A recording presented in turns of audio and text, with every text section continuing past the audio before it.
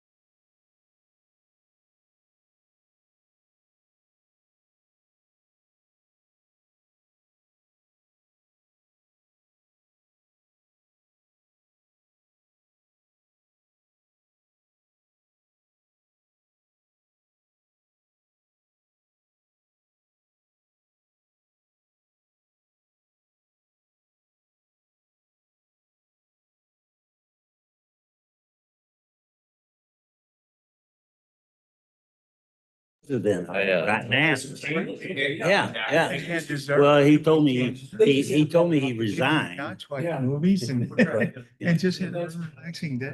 Yeah, we used to go. I just. Oh, yeah? I really enjoyed it. I'm really bothered with that. Oh. I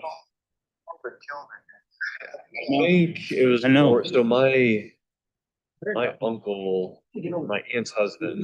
Yeah, I mean, life is what it is, and you gotta move on, but at the same time. Yeah. I hear you. I hear you. Oh. So I think it was. I think there were some franchise type disputes too that went. Okay. I don't think it was. Management problem. Yeah, so.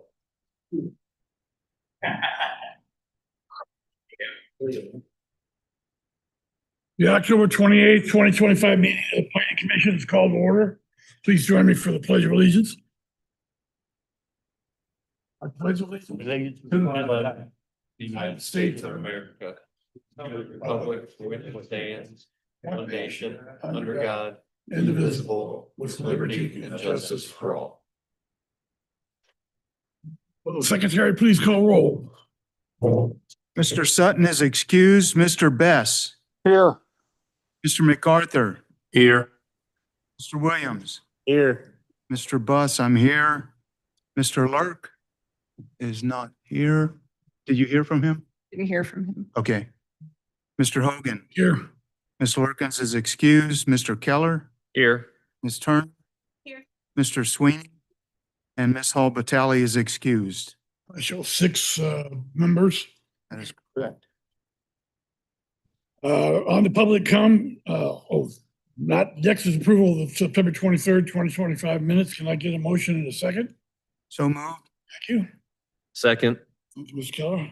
All those in favor? Aye. Opposed? Motion approved. On to public comment. This is the only opportunity for members of the public to speak about anything that is not the subject of a public hearing. None? Okay, moving on to public hearings. As shown on the agenda, 2 projects advertised for tonight for public hearings, Enclave at Lowendale preliminary plat and Walmart storage CUP have been postponed to the next scheduled meeting. Can I get a motion and a second to open the public hearing for project PC 2025-32 Tower Office Suite Signs Conditional Use Permit? So moved. Thank you, Mr. Smith. Second. Ms. Keeler, all those in favor? Aye. Hearing is now opposed. The hearing is now open. Does the commission have? No, Ms. Turner. Thank you, Chair. No worries. Thank you, Chairman.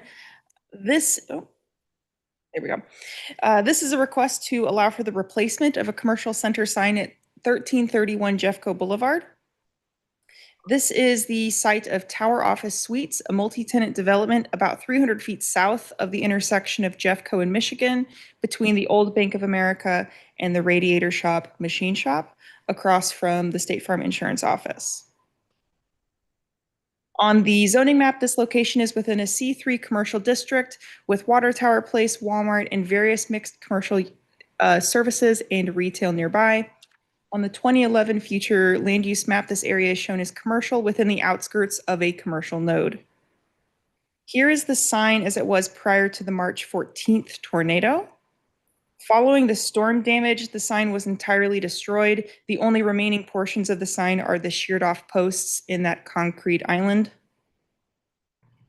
And this is a rendering of the proposed sign, which will be placed in the same concrete curb island area as the previous sign.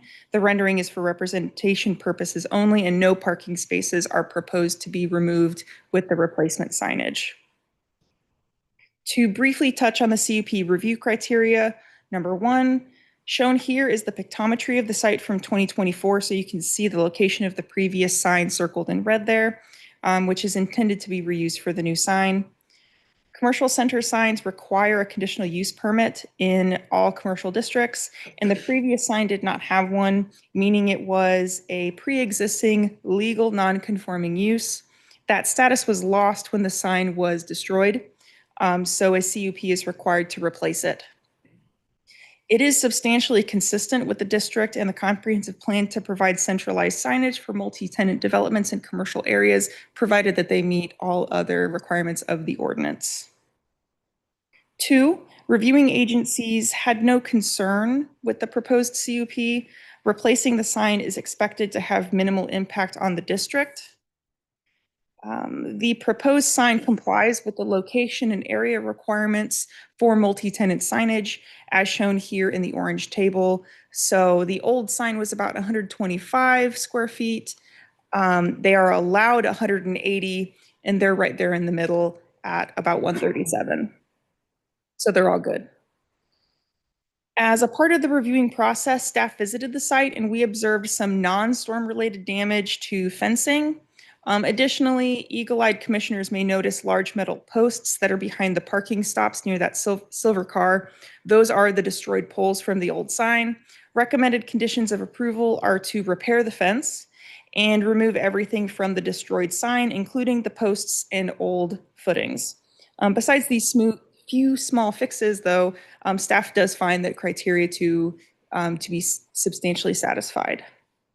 Criteria 3, the new sign is proposed to be complementary to the building as shown here, particularly with the roof design. Staff finds it to be pretty cute. Most signage like this that is multi-tenant does not necessarily go this far to be visually compatible, so it is substantially in compliance. Criteria 4, businesses in the Tower Office Suite Center have been without adequate signage since March. You'll notice that there isn't really so much opportunity on this building for wall signage. And what remains, of course, of that sign is a hazard in need of removal. Staff finds that the proposed replacement sign substantially meets the review requirement to be an essential and desired addition to the city. Based on the findings made in the staff's report, we recommend approval of the requested conditional use permit subject to the following conditions. First, that the commercial center sign be established and operated according to the site plan. 2, the damaged signage must be entirely removed. And 3, the damaged fencing needs to be repaired or replaced. And then 3 through 5 are the standard boilerplate conditions for all conditional use permits. And that does conclude the staff's presentation. The applicant is here to provide some additional comments. Does the commission have any questions for staff? You want to say something, sir? Please state your name and address for the. I'm Joe Phillips from Pyro Signs, 1818 Old State Road M, Barnhart, Missouri, 63012. A couple items, reading the staff report and speaking before the meeting. The fence that is damaged there, they have a contract with Easter Fence, and that material has already been placed on order and is supposed to come in sometime in November to get those panels replaced. So that'll be back up and make that area look a lot nicer.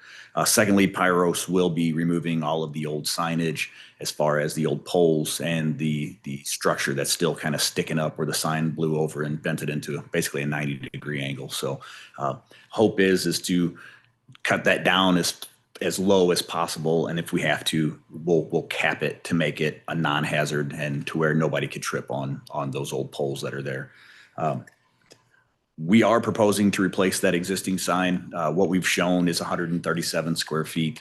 That includes that top, the little roof cap on the top there. So signage-wise, a little bit smaller. It does have the small electronic portion, and that will be used for all of the tenants within there to be able to advertise some sort of seasonal message or a daily message if they have something. The sign, that part of the sign will comply with all the city ordinances based on however they read for the electronic portion of it. Placement of the sign, our biggest hope, old saying, hope in one hand and something in the next and see which one fills up first. But our hope is to place that sign in that old concrete pad that was there. We believe that those footings that were there were drilled pier footings as well, which makes it a lot easier to work around those.